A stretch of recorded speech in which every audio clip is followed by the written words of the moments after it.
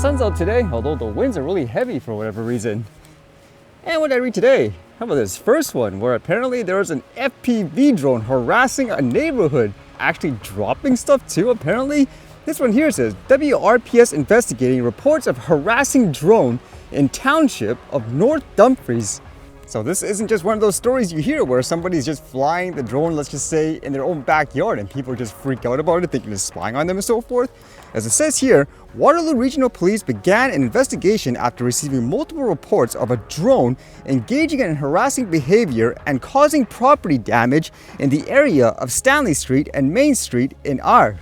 On several occasions, a drone believed to be a first-person view drone has been operated between 10 p.m. and 5 a.m., flying over residential homes and dropping an unknown substance onto houses, vehicles, and property. Investigators are asking anyone with information who may have witnessed a drone flying or anyone operating a drone in the area to contact the police. Yeah, what do you think is going on here? That's pretty late for someone to be flying an FPV drone, correct? I would think this would be really easy to kind of catch too, with how noisy they are usually with those FPV racing drones anyways, and as well, if it's around the neighborhood, I don't think, again, the thing's gonna last very long and you can catch the people pretty quickly. But let's see what happens, huh? And with drones, as you know, in the US, they're proposing a potential ban of things like DJI drones in general, and during that time, a company called Anzu Robotics came out with all these drones that literally look like they are DJI drones, except they're rebranded. And the theory is this is one of the ways to potentially circumvent, I guess, any type of bans in the future. Well, I guess now that's going to be investigated per se anyways. This one says, Mulinar Krishnamurthy exposed PRC drone company masquerading as US firm.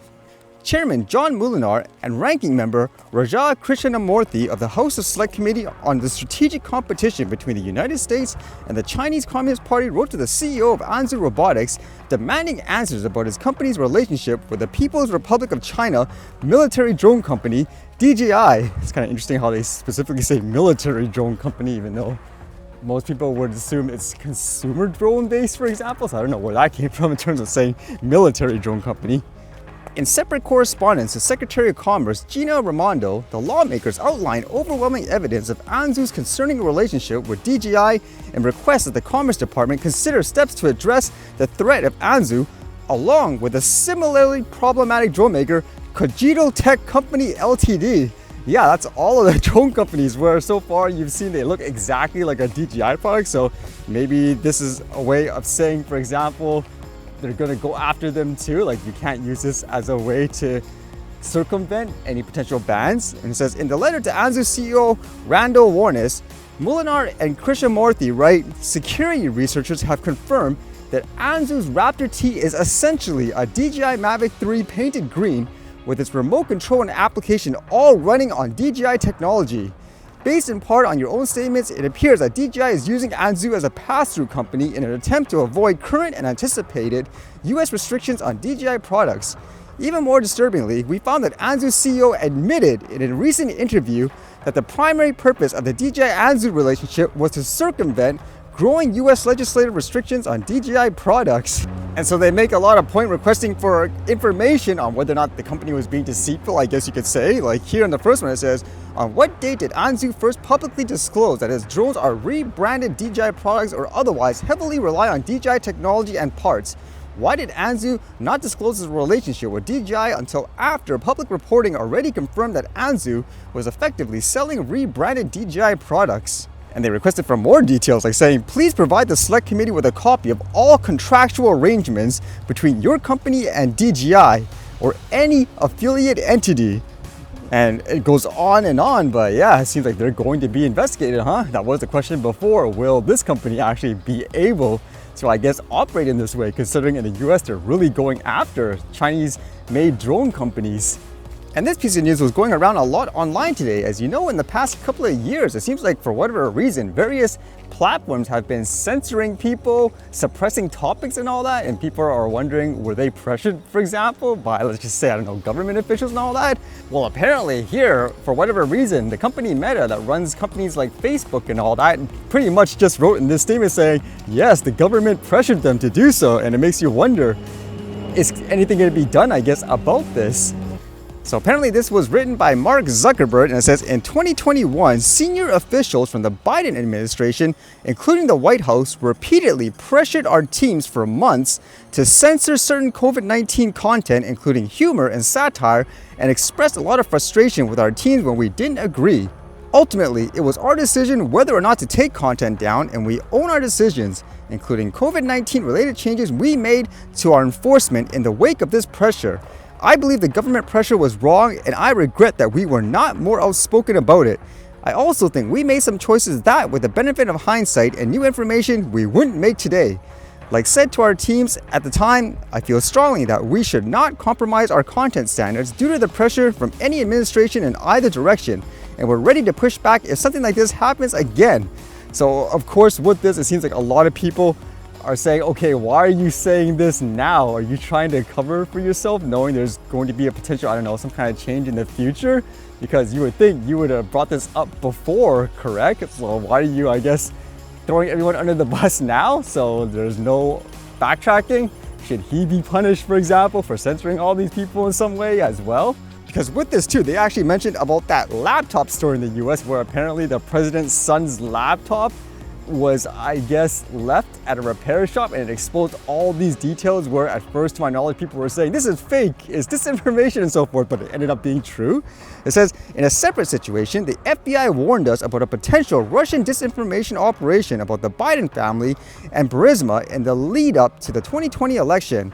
That fall, when we saw a New York Post story reporting on the corruption allegations involving then Democratic presidential nominee Joe Biden's family, we sent that story to fact checkers for review and temporarily demoted it while waiting for a reply.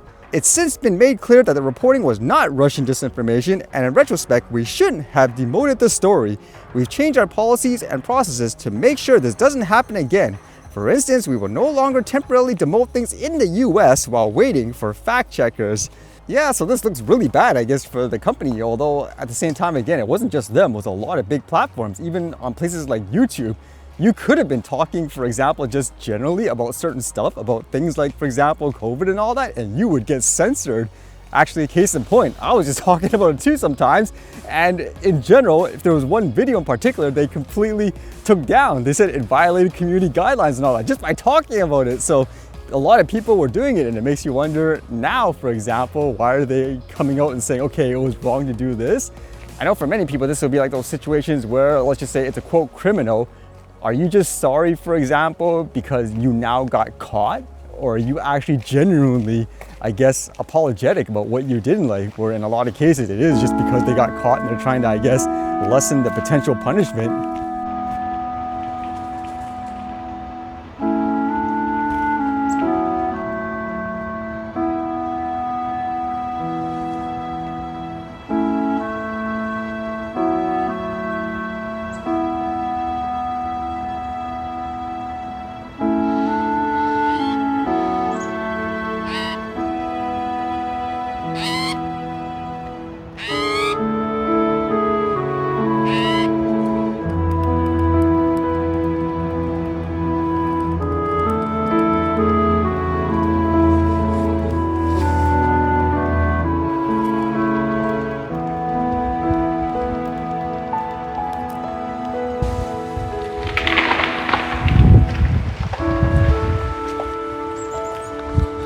What the heck was that? Did a tree fall over or something?